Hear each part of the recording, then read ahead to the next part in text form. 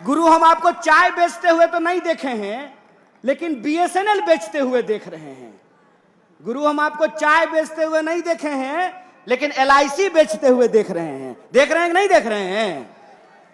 और अगर कोई चाय बेचने वाला होता तो दूध का दाम बढ़ाता क्या? मैं मोदी जी की तरफ पूछूं क्या?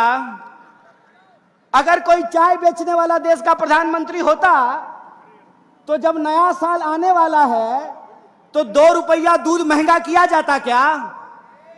दूध से इनका नाता नहीं है, चीनियों से जरूर है। दूध से नाता हो ना हो, चीनी से जरूर है। और यह बात मैं क्यों बोल रहा हूं? पहली बार ऐसा हुआ है कि कोई हमारे यहां आ गया, गलत किया। पूरी तरीके से भारतीय राष्ट्रीय कांग्रेस चाइना का विरोध करती है, उसकी निंदा करती है कि चाइना को कोई अधिकार नहीं है कि हमारी सीमा में घुसे। और अगर घुसेंगे तो हमको अपने देश के जवानों पे भरोसा है। हमारे घर में लोग फौज की नौकरी करते हैं, इसीलिए हमको पता है। अरे जूता नहीं भी होगा ना तो हौसलों से उनका मुकाबला करेंगे, यह बात हम जानते हैं। लेकिन कुछ निकम्मे लोग हैं कि बड़ी चालाकी से वर्दी के पीछे छुप जाते हैं। कभी वर्दी को बदनाम कर देते हैं, कभी वर्दी के पीछे छुप जाते हैं। जब प्रज्ञा बोल रही थी चाकू तेज कर लीजिए, तब वर्दी को बदनाम कर रही थी, पुलिस वालों का मजाक उड़ा रही थी। और जब सरकार से सवाल पूछा गया तो वर्दी के पीछे छुप गए।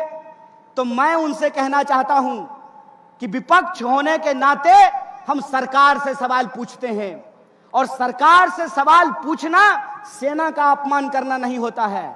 सरकार यह जवाब दे कि प्रधानमंत्री जब कहते हैं कि ना कोई आया था ना कोई आया है, तो हमारे जवान घायल कैसे हुए, इस सवाल का जवाब रक्षा मंत्री को देना चाहिए।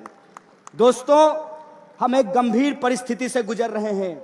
इसीलिए भारतीय राष्ट्रीय कांग्रेस जिस तरीके से मजबूत विपक्ष की भूमिका निभा रही है, हमारे एक एक कार्यकर्ताओं को इस देश के एक एक घर तक पहुंचना पड़ेगा। और जो हमारी विचारधारा है, वैष्णव जनते तेने कहिए पीड़ पड़ाई जाने दे। वैष्णव होने का मतलब होता है दूसरे के दुख दर्द में शामिल होना। और आज इस देश का दुख दर्द क्या है? दुख दर्द यह है कि जीएसटी और नोटबंदी के चलते इस देश के व्यापार को तबाह कर दिया गया है। दुख दर्द यह है कि 100 में से 45 लोग बेरोजगार होकर के घूम रहे हैं। दर्द यह है कि हर 15वें 16वें मिनट में हमारी किसी महिला के साथ कोई अत्याचार होता है। दर्द यह है कि शोषितों वंचितों के ऊपर अत्याचार हो रहा है।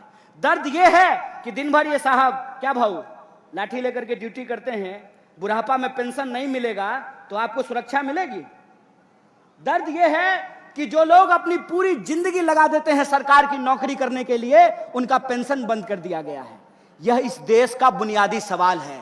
इस देश का बुनियादी सवाल रोजी रोटी, कपड़ा, मकान, शिक्षा, स्वास्थ्य, सड़क, बिजली, पानी का सवाल है।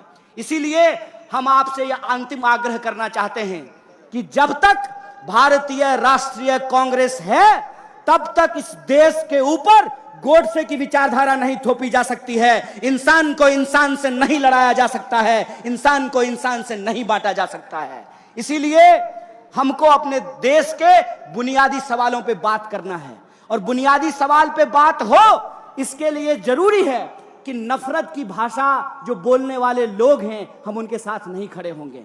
समाज को जो बांटने वाले लोग हैं, हम उनके साथ नहीं खड़े होंगे। इसीलिए हम आपसे आग्रह करते हैं कि व्हाट्सएप मैसेज पे मत जाइए। टीवी जो आपको दिन रात दिखाता है, उस पे भरोसा मत कीजिए। सच्चाई ये है कि सरकार कुछ भी भाषण दे दे, महंगाई से इस देश की अर्थव्यवस्था की कमर टूट रही है। सच्चाई यह है कि नौकरियों के नहीं चलते अकेले रेलवे में 2.5 लाख पोस्ट खाली है। नौकरियों में भर्तियां नहीं होने के चलते नौजवानों के सपने टूट रहे हैं।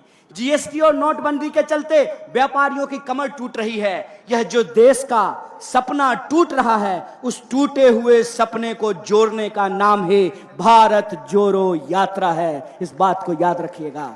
और यह भारत जोड़ो यात्रा अपने मुहिम में सफल होगा जब हम भारतीय राष्ट्रीय कांग्रेस के एक एक कार्यकर्ता, जो भारतीय राष्ट्रीय कांग्रेस ने हमको आजादी दिलाई है, उस आजादी को बचाने के लिए संघर्षरत रहते हैं।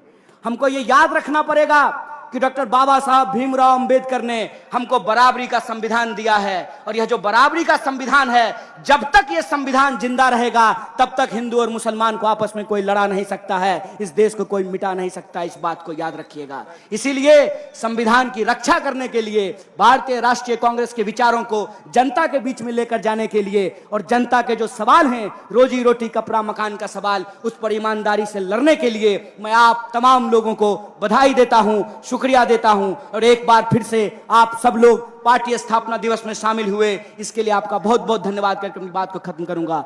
शुक्रिया। इनकलाब जिंदाबाद। जय हिंद, जय महाराष्ट्र।